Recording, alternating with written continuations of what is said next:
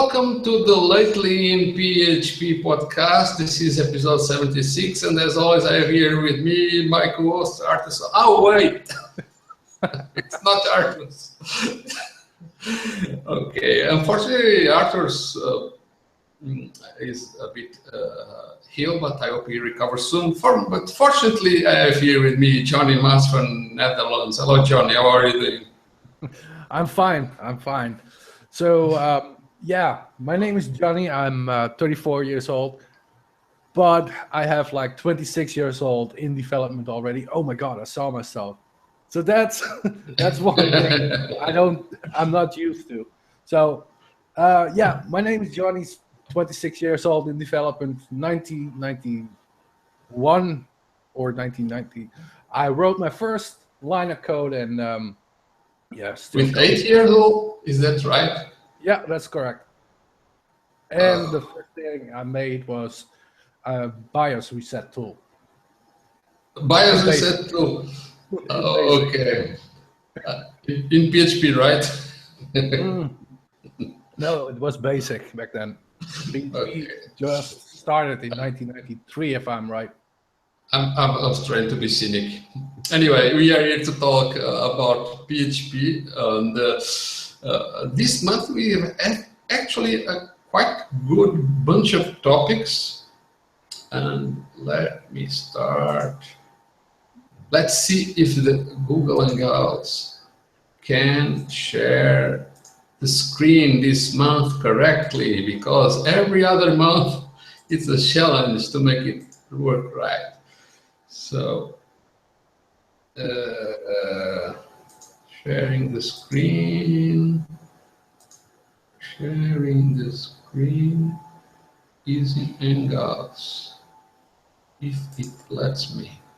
So, if this is right, okay, are you? Yeah, I can see it. Able to? Yeah, I can. Okay. Thanks. Okay, as usual, we are going to start with the latest topics. Latest PHP revisions, PHP 5.626, and then we'll also cover the latest PHP 7.0.11 in this case. And we also mentioned briefly some RCs for PHP 7.1 that start coming out. Actually, there are a few after this one, but we'll just mention it because not everybody is ready to test PHP.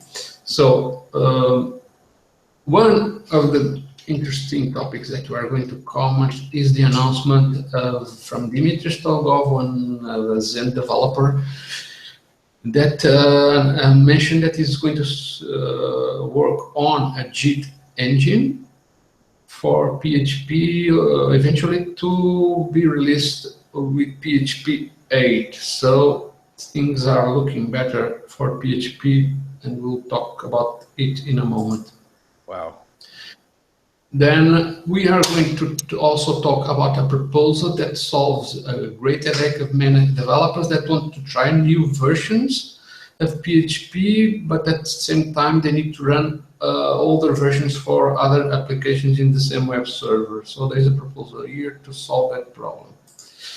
Another topic that actually we mentioned before is the possibility to use some sort of caching the PHP engine. So on different requests, it can restart after the bootstrapping code, which could be some, for instance, loading the autoloader code or some framework bootstrapping that you may be using. So this eventually will make PHP applications a bit faster. Another topic is about the unique ID function that is not really so unique. So there are some proposals to improve the uniqueness of that function return values. And after that, there is a a proposal to handle better the way PHP internally hashes the array values to avoid one type of attack that was sort of fixed. Well, it was not fixed, it was just a workaround about PHP 5.3.9 or something like that. Then we actually move on to an RFC. Actually, it is not yet an RFC, it is just a proposal regarding strict comparisons of values in PHP 7.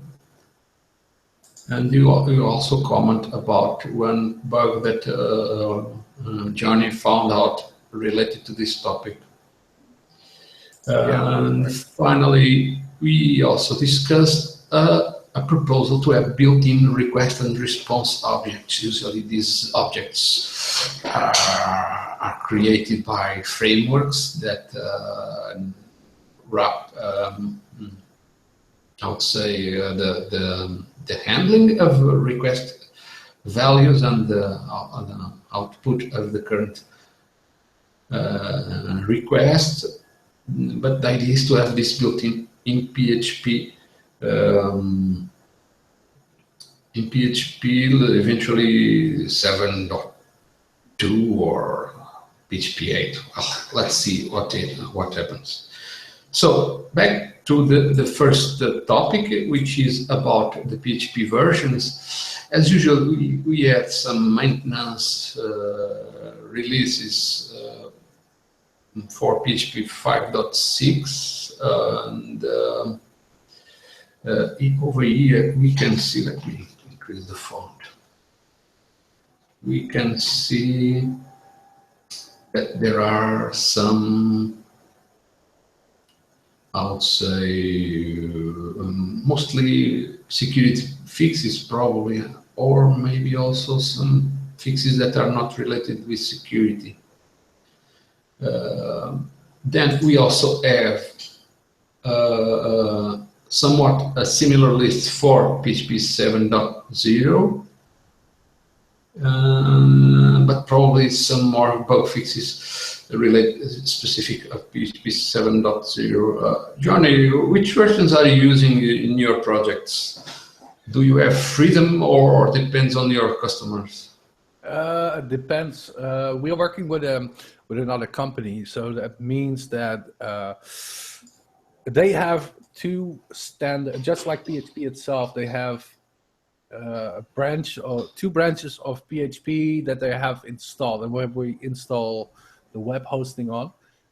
And but at this moment, it's just PHP 5 and 5.6. So I want, with all my heart, I want to work with PHP 7, but it's not possible yet. So they're still on those big servers. They're still testing out PHP 7. It will come soon, but we are still not having PHP 7 in our default package. If that would be the case, I would be the first to use that PHP version.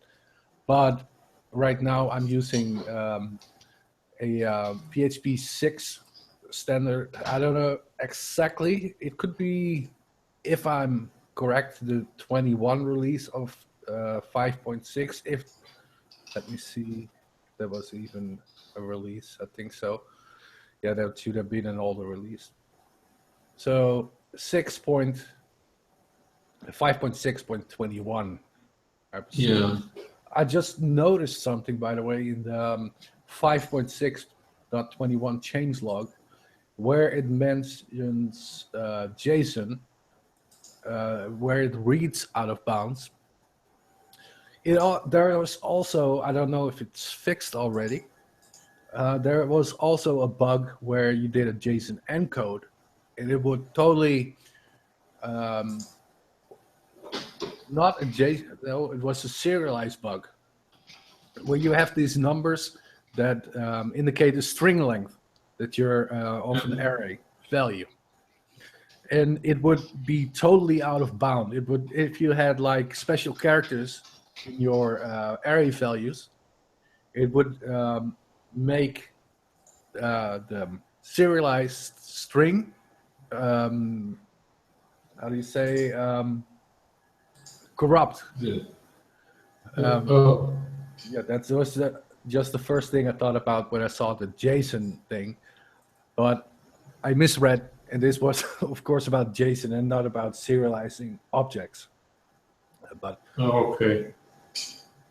yeah, Well, anyway, we are also just mentioned briefly. There are already a few RC release candidates for PHP 7.1. So I think everything is on schedule for PHP 7.1 to be released sometime later this year. in December, isn't it? December. Yeah, but we are in RC1, so I think it's well ahead to be released sometime soon. Yeah. Okay, regarding PHP versions, this is what we have. So let's move on to the next topic, on which we are going to comment about one interesting announcement from Dmitry Stologov. For those that are not aware, Dmitry Stologov is one of PHP core developers. He works for Zen, and he announced that he is working on a JIT engine for PHP. Actually, the JIT engine was meant somehow to be introduced for PHP 7 because, for instance, Facebook Hack already features um, a JIT engine. But then Dmitry found out that he also could improve the performance of PHP some other ways. Besides implementing a JIT engine. So now that several other improvements were done, is getting back to this JIT engine. So for those that are not familiar with the concept of JIT engine, basically, it is a process that compiles the PHP code into native machine code, of the underlying CPU of the machine that it is running.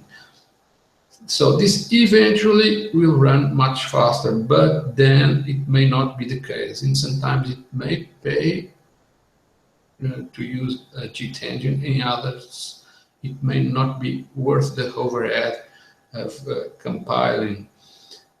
But anyway, this is progress, not just because there is another great opportunity for PHP to improve its performance, but also since Zen company was sold last year to a bigger group, and even one of the founders, Andy Gutmans, left the company to work. Some developers were concerned, how will they still invest on the development of new PHP versions? So this announcement was a sort of relief, as in the parent company, I think it's Rockwave, I'm not sure. They are investing on PHP because they really want to make it as best as possible for their customers. So personally, I think this is a great announcement. Johnny, how do you see this announcement? Is it clear for you what is going on, or maybe it's not so clear of the importance of this announcement? Well, I'm a bit mixed on this because I have no idea what to expect yet. When I read this news or this article, they mention debugging, performance, and stuff like that. I know that HVM has a lot of speed over PHP, even PHP 7. So it could be a good thing, but then also I can't wait for it.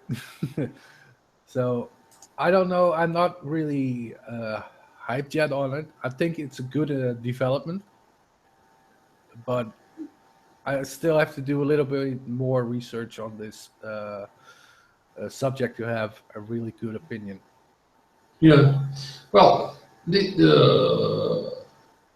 once this is implemented, it will be all transparent for the user. So there are no changes in the language itself. It's just the way PHP is executed at runtime. So you don't have to be concerned if there will be like backwards compatibility breaks. Nothing of that will happen.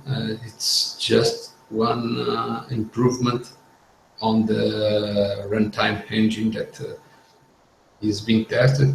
As I mentioned, Facebook hack language, which is sort of a derivative from PHP, already features a JIT engine. Node.js, which is based on Google V8 engine, also implements a great JIT engine. So this is sort of the core PHP catching up on the latest trends in terms of performance, how to take the most out of the performance of the underlying machine. Right. Anyway, this is a good thing. We have one question from the chat. Yeah, great. Good to know that you are paying attention, because I have so many windows that I did not even. The question is from. I hope I will spell your name correct. Ada Ruby. I hope so. Yeah. Will the jet engine replace the current Send engine? Well, probably not. Yeah. Right. You are getting it right. This is like one step on the execution of PHP. So the underlying engine will be sort of extended.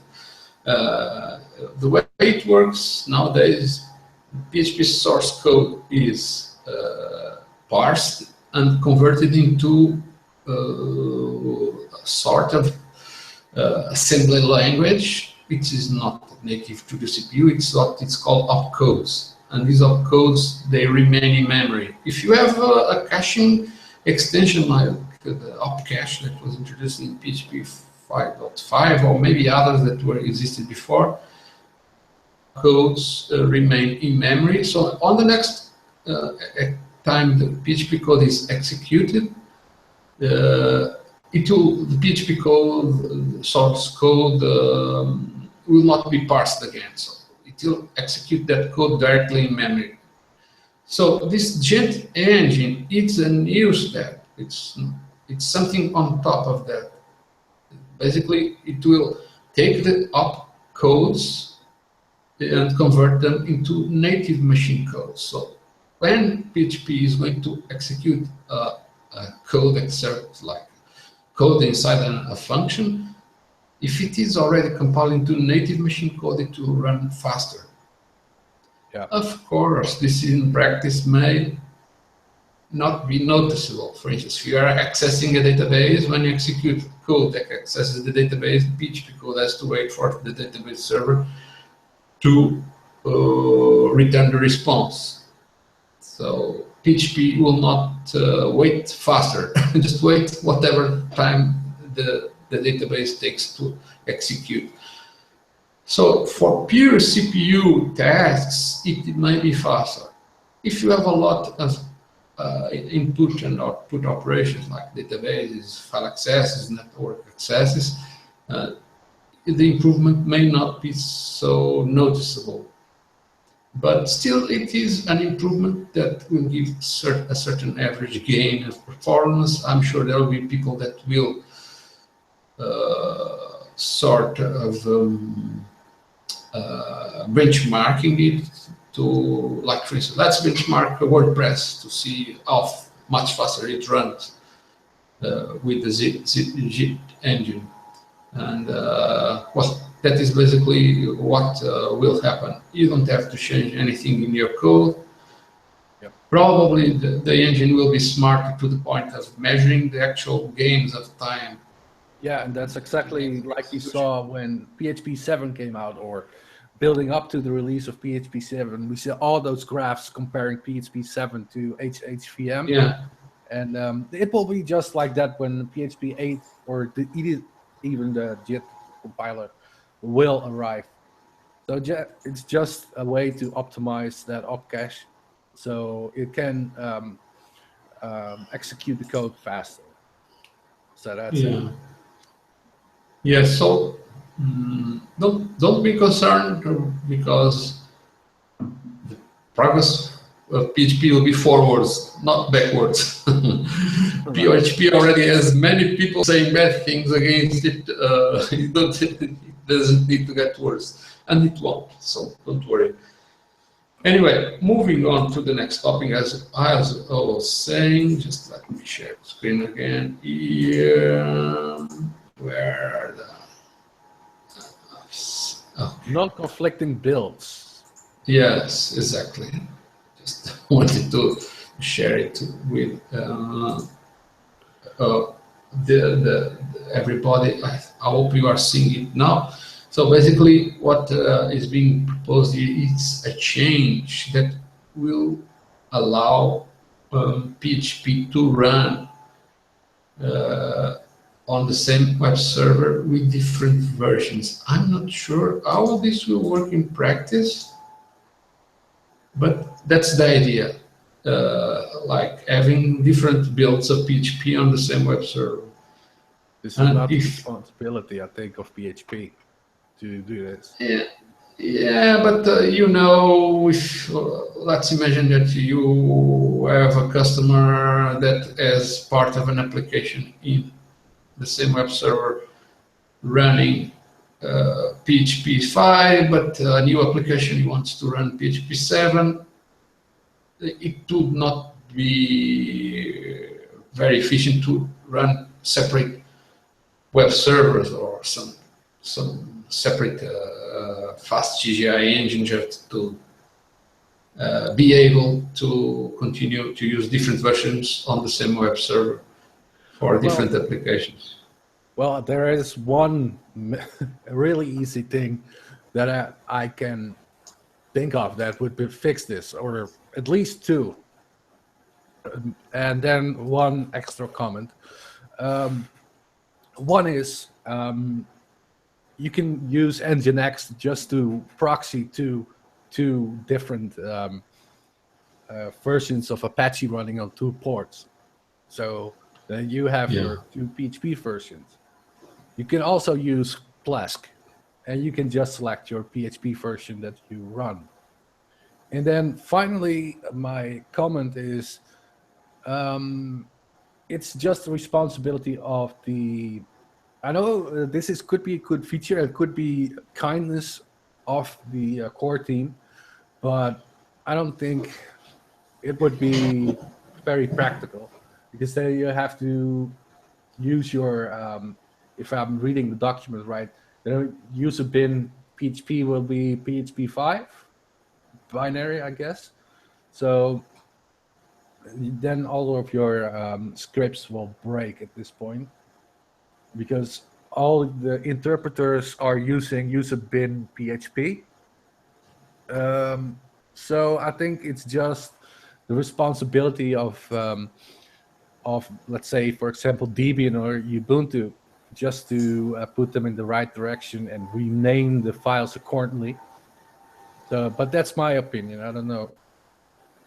Well, I think this is meant, for instance, when you just want to use one Apache server, not fast CGI or some other Nginx acting as a proxy. Because the proxy is more when you want to use the same IP address for getting requests, and depending on the URL and the host, it will redirect to a different fast CGI. whatever Yeah, well, is the equivalent that you're using on the background. Because, for instance, in shared hosting, okay, you can use fast CGI, but most people use Apache. And well, if they that's can changing run, as well. sorry? That's changing as well because we are using fast CGI with the Nginx in front of it. Yes, that's because you can. because in shared hosting, people don't have much control. So we're getting the question, how about using containers to fix that issue? Well, it's basically the same as proxying. Or am I? Well, and I don't use containers because I control my own servers and I don't use multiple PHP versions. So this is not really a problem that I have. Do you use any containers? I suppose you mean Docker or something. Yeah. Well, that's basically comes down to what my first, my first solution. If you look at it, Yeah. but it could Well, be a good solution. it's something that I'm not using. I know that it's very popular, but since I've never used it, I'm not the right person to comment. But I suppose containers, you just use a different container for whatever PHP version that you want to run. The containers are like a sort of virtual machines. Well, not really virtual, but something that you can use to run PHP on different virtual environments that would be separate. Well, I don't know. That's for me. Virtual machines is mentions some performance will be lost. Anyway, if you are in shared hosting, you should not be concerned with performance because you're already paying the cheapest possibility to run PHP. If you really want performance, forget shared hosting.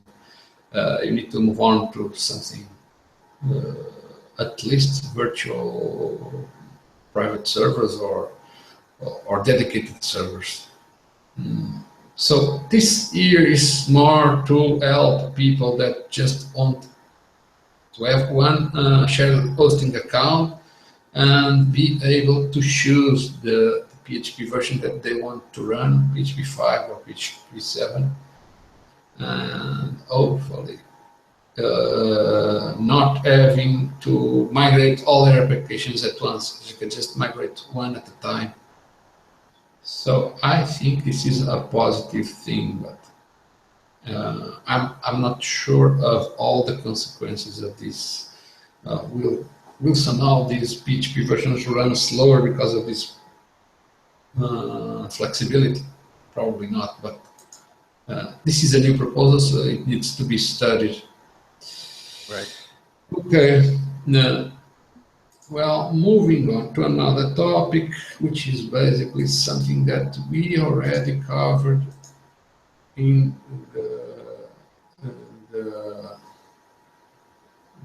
the I'm looking at the chat, I'm laughing. Okay. Anyway, I'm trying to share the right screen here.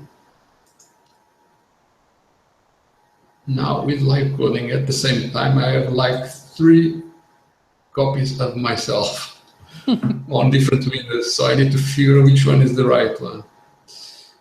Oh, no, that was the wrong one. Where is it? Okay, this is the one. Anyway, single point entry apps is a different name for something that was proposed before. Basically, this would be the possibility to have a certain point in your code on which you would be having a statement. Let me go. I try to find a code of example that the person presented. It would be like having a special require of statement for let's say your Bootstrap code. If you use a framework, you have a Bootstrap script that you need to run on every request. And if you can run that code and the PHP engine could freeze the state of the request there, so wow. you can restart. I'm not finding the example code here. I don't know. But anyway, the idea is that you avoid the overhead of having to run the same Bootstrap code in your application. Cool. That would be cool. It would be like if you are bootstrapping your all your Composer packages, and you would just freeze it in time, and you would be able to just read from the code in I don't know, read-only memory or something. Yeah. Basically like that. The first thing that came to my mind was, wow, that sounds a bit like Node. I don't know why. I have no experience, real experience with Node.js, but I don't know. It's just one of those terms that would be used in that kind of environment, I guess.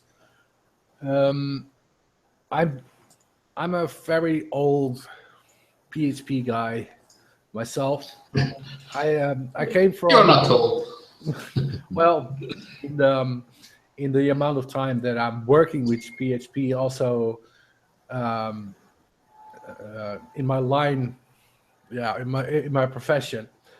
So it must be me, or all those fancy things are coming up that not always do I think like that could actually be a good thing. But on this one, I think on one side, it's just like the JIT engine we talked about before. It could be a really, really, really good thing. On the other side, it could be too fancy as well for its time right now. I don't know. I don't know. Well, it sounds too sci-fi. No, it's not really that complicated, and it's not exactly the same as Node.js, because Node.js is some code that never stops running, unless it crashes, of course. But there must be some process in place to restart it when it crashes. Anyway, but the Node.js, what it will do is like, since it is running the same code over and over again and never reload it on the different requests, whatever you have loaded in variables or something from the previous requests, it will remain there for the following requests. In this case, the PHP engine would be restarted on every request, but it will jump right to a certain state that it would be as if it has already loaded, executed the Bootstrap code, whatever could be. Could be some complicated Bootstrap script that would create some objects, like you do when you use certain frameworks. But could also be just loading your autoloader code that probably is very long because you have assembled a lot of packages in your application, and the autoloader, probably generated by Composer, will load a long array of classes and map them to whatever is is the script. Well, I don't know if there is much gain, because nowadays Composer generates just a single array for the mapping of classes to scripts. Probably what is more expensive is the actual loading of the scripts. If you load many classes at once, but well, But then it's a problem of the application itself. Well, you need 100 classes or just 2. It's up to your application. But the idea here is to be independent of the application, so you don't have to be concerned with the overhead of running your Bootstrap code. Yeah, it would be cool. Yes, this is a topic that has been rehashed. There were proposals before, and I think there is a link here to a previous discussion that was held like in April. And the idea is to implement what is called a startup snapshot, which the JavaScript and V8 engine uses. So this is different. This is not exactly the same what you do with Node.js, despite Node.js uses V8 engine. So the idea, okay, there is some code here that you, instead of using the require vendor autoload, you would have a new call like a bootstrap on this code, and it would be like running this code and freeze the state of the PHP engine. So next time it doesn't have so much overhead. And anyway, there was a long discussion about this then. I think sooner or later something will be implementing along these lines. And I have been talking here a lot and was not sharing the screen of them. Just shared the link in the chat so people can check it out now. Yeah, so, okay. So next time I forget to share the screen, just remind me. Because this happens once in a while. So anyway, the code that I was talking about is this one. Okay, instead of having a require, you have something like bootstrap, vendor autoload, and it would cache the context after running the script. So, and here you, or something like this, like bootstrap, and then you define some code that would be run as your bootstrap code for your application. Okay, these are just suggestions for things to be implemented in the future. Maybe, I don't know if there will be a PHP 7.2 or PHP will jump to PHP 8 right after PHP 7.1, but okay, this is something for the future.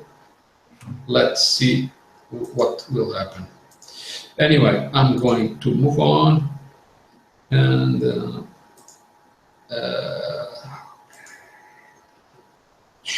the challenge of sharing the right window again. I think I will stop not sharing the screen.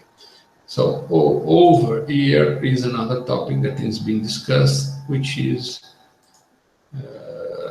the fact that the unique ID function is not very unique at all, as claims this core developer Yasu Hogakian.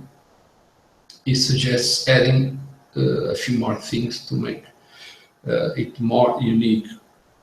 I don't know, maybe this will be a good idea, or maybe this will probably make the code a bit slower, and I don't know. I don't remember many cases I've used this function. Johnny, do you remember using this function for any purpose in your applications? No. If I need a unique hash, I will make it myself. I didn't even know this function existed, to be honest. Okay, well, you know PHP language. Well, with PHP you learn every day. Yeah. I have a team of like 2 other developers, and almost at least once or twice a month, we are like, "Oh, did you know this function existed?"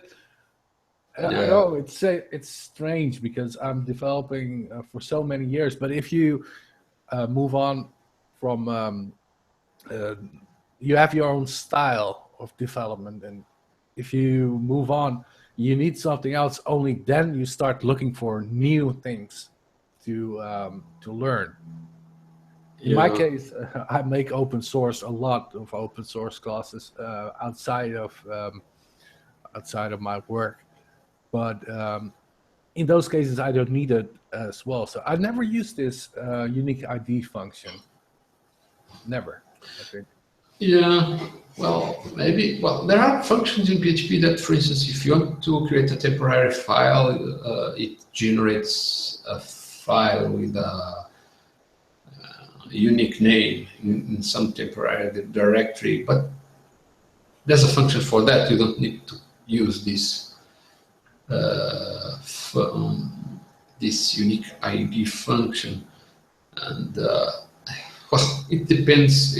Unique compared to what? Anyway, just regarding functions that you may not know, there's a thread in, I think it was in Quora, about what is the, something like what is the most amazing function of PHP that you have learned about. And I have commented about one function that most people do not know. It is actually there are two functions. One is strspn, and there is strcspn. And basically, what it does is to tell the length of a string that contains a set of characters or not. And this is very useful when you are implementing your own parser for some format. Like, let's say if you want to parse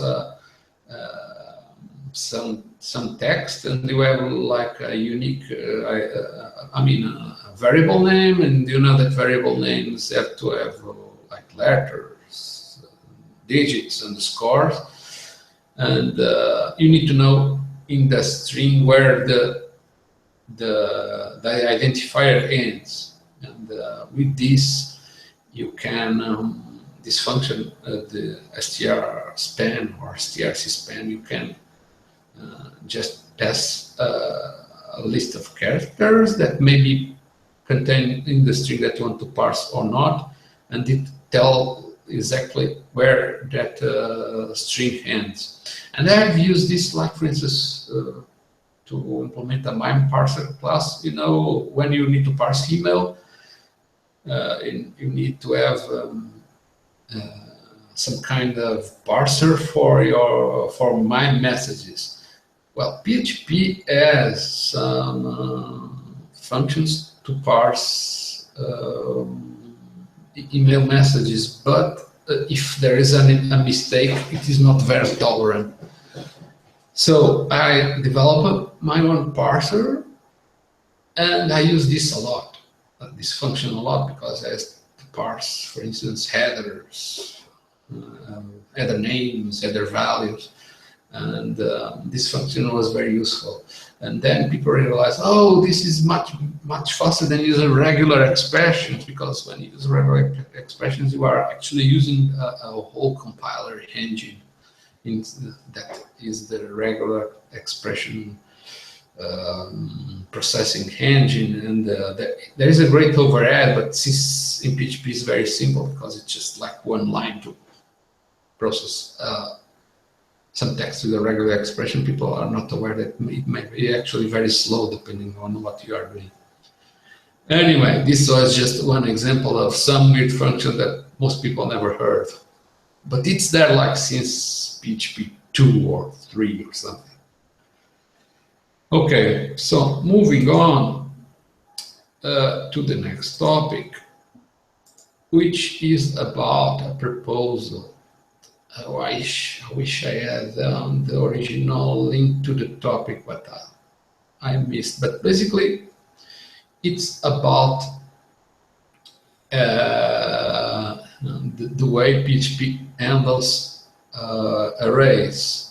As you may remember or not, in PHP like 5.5, somebody announced there is a vulnerability, not just in PHP, but in many different languages, in the way they handle arrays. For instance, your requests sent to PHP, they'll build the get and post arrays, and you could craft a request with thousands of values. If they had a special name in the request, I mean the parameter keys, like your post values.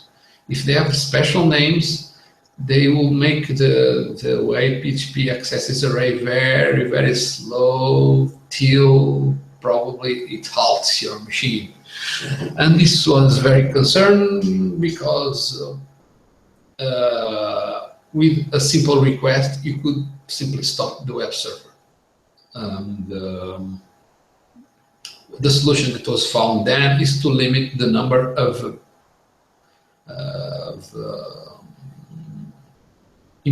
request parameters. Like you cannot have more than 1,000 parameters in your post requests. Well, most post requests just use a few parameters. But if an attacker could send a request with many parameters, that would be a problem. So the solution by then was to limit to, I think the default is 1,000, which is a lot. But if you want to change the default for some reason, you can do that as well. But still, it was not a solution, it was a workaround. It's just to minimize the eventual attacks, so it does not become so slow. But this time, there was another proposal to use a different hashing algorithm. They call sit hash. And there was a discussion in PHP internals whether this would be a good thing or not. Would it slow down the way PHP accesses arrays or not? So this is still being discussed. I don't know if there will be a move to use this different hashing algorithm. Anyway, this is something very low level. Most PHP developers probably don't have a good understanding of what this means. So,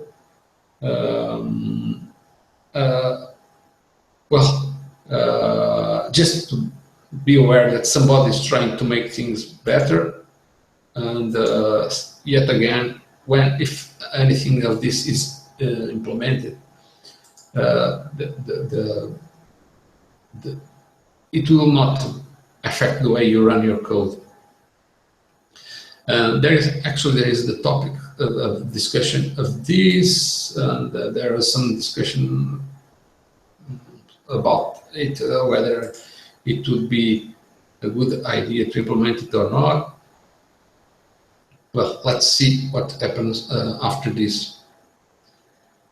Okay, now moving on to a different topic, which is a proposal called strict comparisons. Basically, the idea is to declare strict comparisons, and the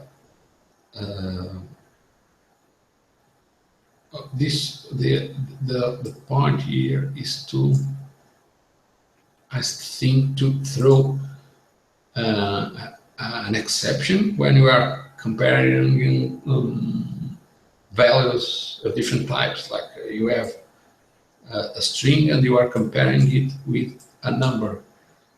Yeah, you would get a type error. Yes. Well, if this was implemented, of course, this is not yet implemented. The way it is working now, I think the string here would be promoted to an integer, and it would be compared with another integer. So the idea is to make it more strict in the sense that if you probably have a bug in your code because you mixed some variables, it will be more robust. Well, personally, I'm not yet using strict types, but it probably could be a good idea. I don't know, John. In your code, do you use? I mean, PHP 7 code. Are you using strict types or not? I do for testing, because open source means that you get a lot of faces looking in your code. So instead of pure, I use interfaces a lot in open source, so that gives you the types, and PHP 7 will automatically break in your tests if you don't use your correct types.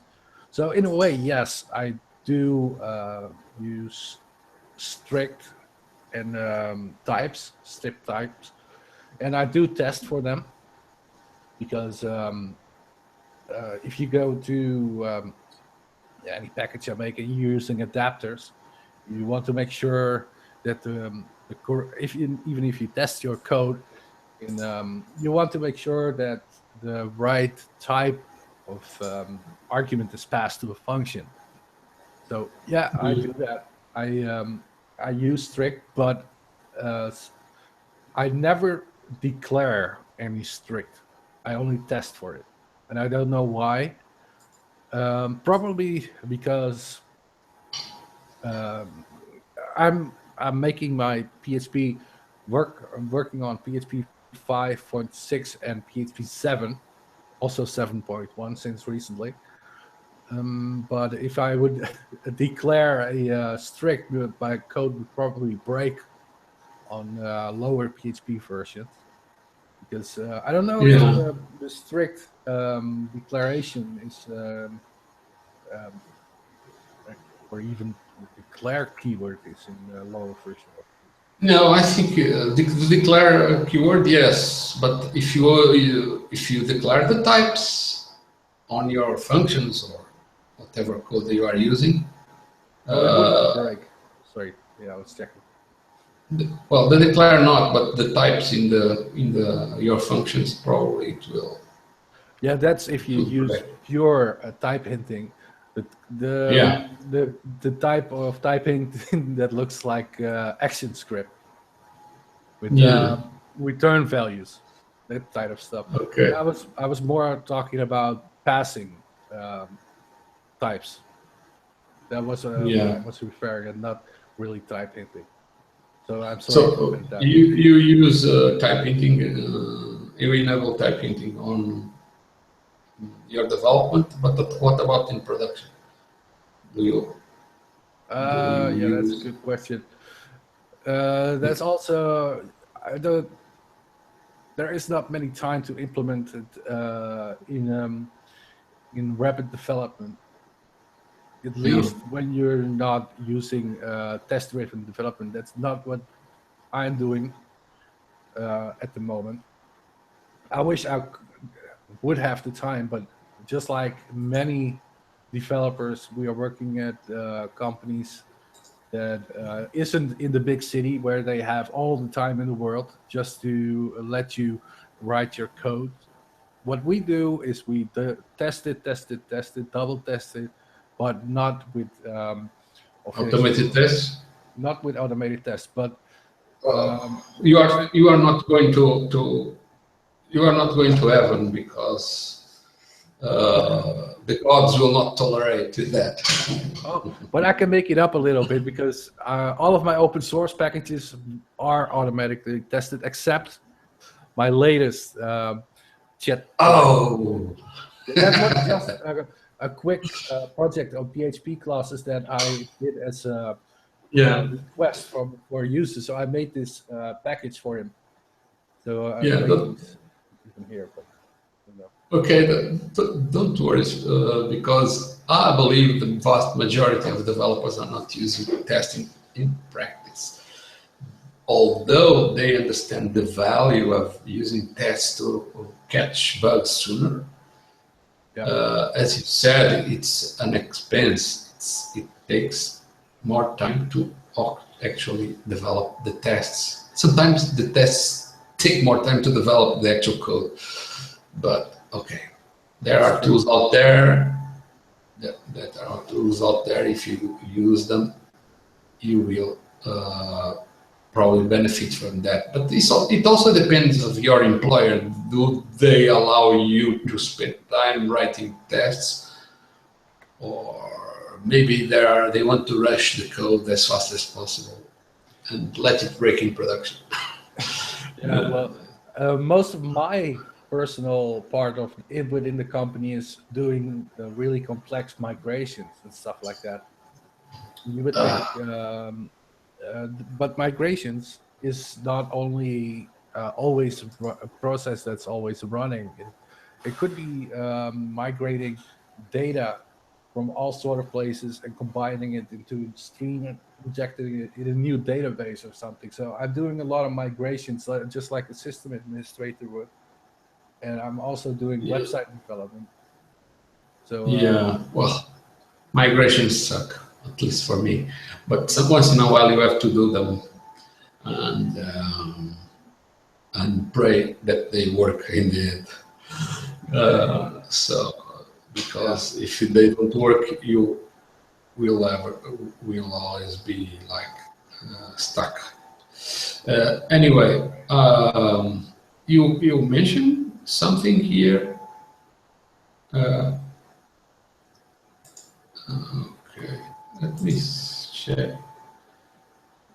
It seems the hold string on. was a bit stuck. I don't know. Yeah. Oh wait. Yeah. Okay. Hmm. Yeah, it's well, okay. It's back, I think, Yeah. but I it just was just noticed. the image. Anyway, you wanted to talk about a bug that you found out in some code. Yeah, this is a really interesting bug, and it could be um, compliant with the strict comparisons. Because well, let me. You Do you have the want to link. You share can show the link. the screen? Do you know how to share your screen to show the code? Yes, I could. Hold on. Screen share. I would put my code Now here. you have to figure which window to share. Okay. All right. I think my code would be on the screen now. Not yet. Okay, because I'm seeing it in the. Okay, okay. It is on the screen. Can you just increase the font? Maybe I hope so. Like this? It's usually Control plus. Yeah, I did Control Plus. Uh, Go ahead, more. Okay. If you can increase it more. Okay, this should be it. I hope, because it's really big now. Yeah, let me try one more time.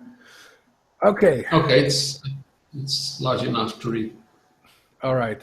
What this is a sandbox project in my GitHub repository. This will turn into a project someday.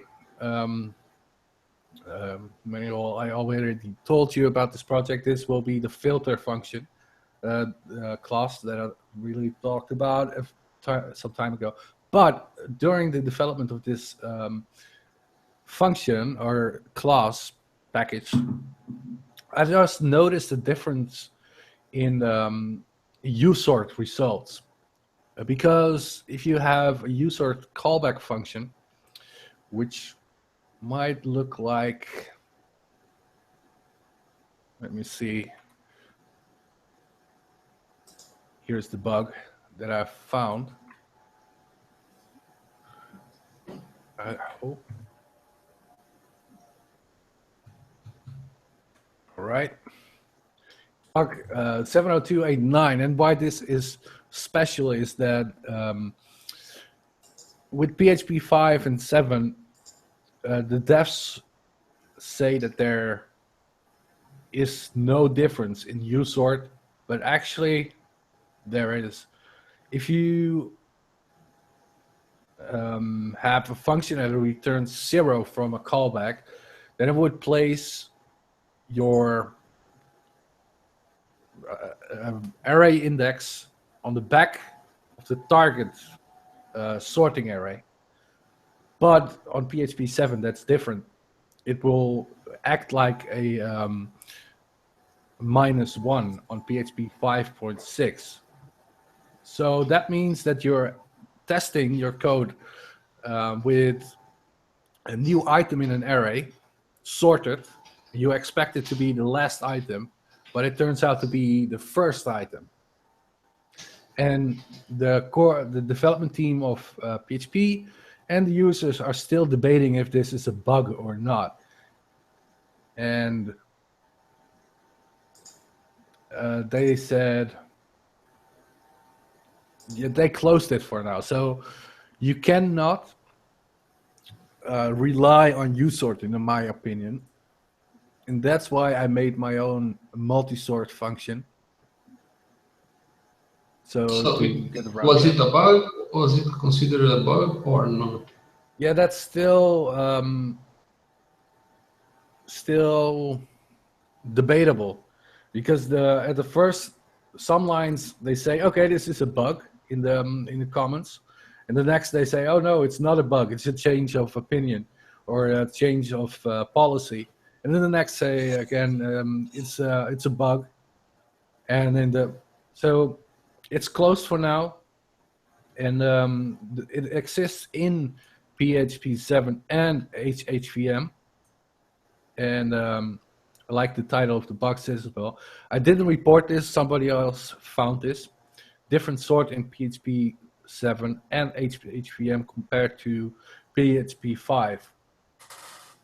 So yeah, watch out with if you do some usort and you rely on it, make sure that you're comparing integers against integers, and that it should never fail, because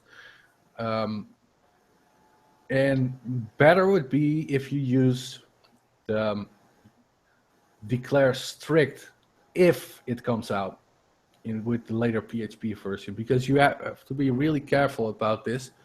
I just happened to make my own custom version of the classic callback function.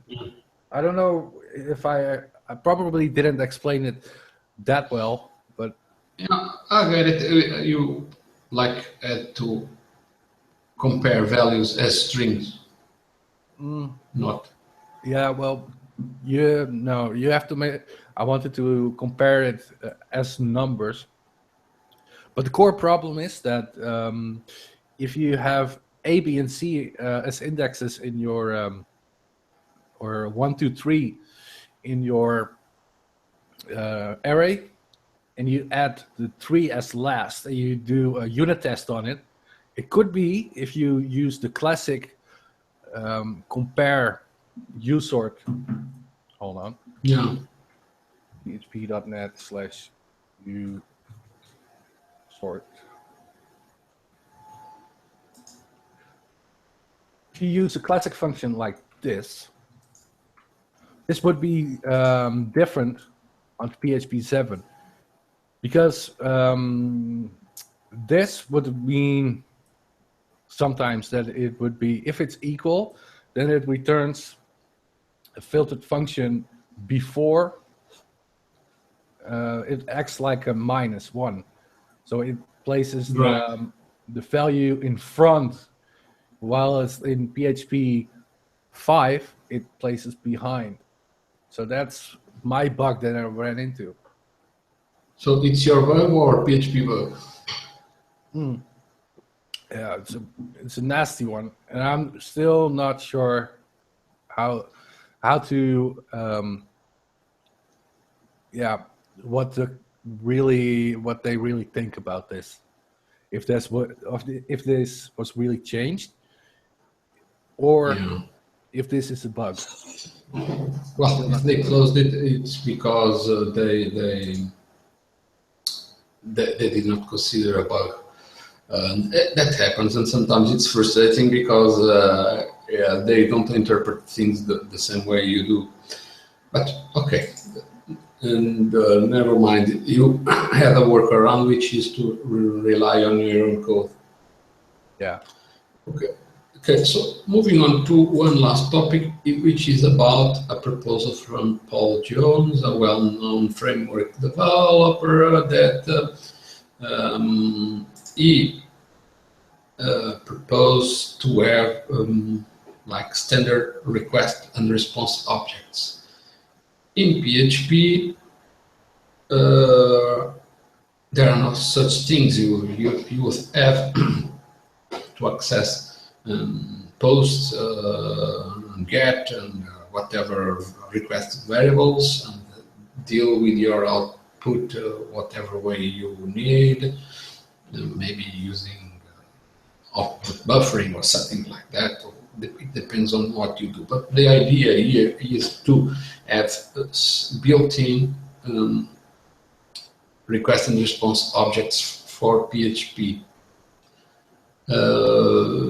Because many frameworks actually implement these request and response objects. So the idea is to avoid that frameworks do not have to implement these types of objects over and over again on different frameworks, and then there are differences between them. So if there was a standard request and response object, it would be better for all those that are well, basically used. there is, because there would be a native version of PSR 7, if I'm correct. Oh, but PSRs are not PHP core development. It's like a proposal for something. Yeah, that's correct. That's correct. But oh, sorry. Go ahead. Yeah. Well, just saying that it's a proposal, and PHP core development is independent of PSR. PSR. And even PSR, not everybody that support the PHP fig follows all the PSRs. And, so this would be to make it standard in PHP rather than having something external. So this is the proposal for the request. I don't know if there is a response, and the proposal for the response, here it is. And okay, I think this makes sense. Probably this is something that should have been added in the early days of PHP, but since it was never added, the idea is to add it now, despite it's a bit late in the game. Anyway, it would probably be good for new implementations of the language, and it could also, for instance, if there was if this proposal is accepted, then frameworks could implement their fallbacks in case you are not running a PHP version that implements this built-in. I'm not sure if this was well accepted, because this is, I have not followed all thread, but as you mentioned here, somebody mentions PSR 7. Well, the idea is to somehow make it more web server independent objects for the handling of the request and response methods. Uh, anyway, well, with this, we have practically ended this edition of the Lately in PHP podcast. I'd like to thank Johnny for showing up and filling in for Artus, but you are always welcome to return every month, because since you are a PHP developer with a great experience, you can also help commenting on the topics. Oh, thank you. So, on my behalf, that is all for now. We'll still have the recording of other Hangouts right after this. Bye.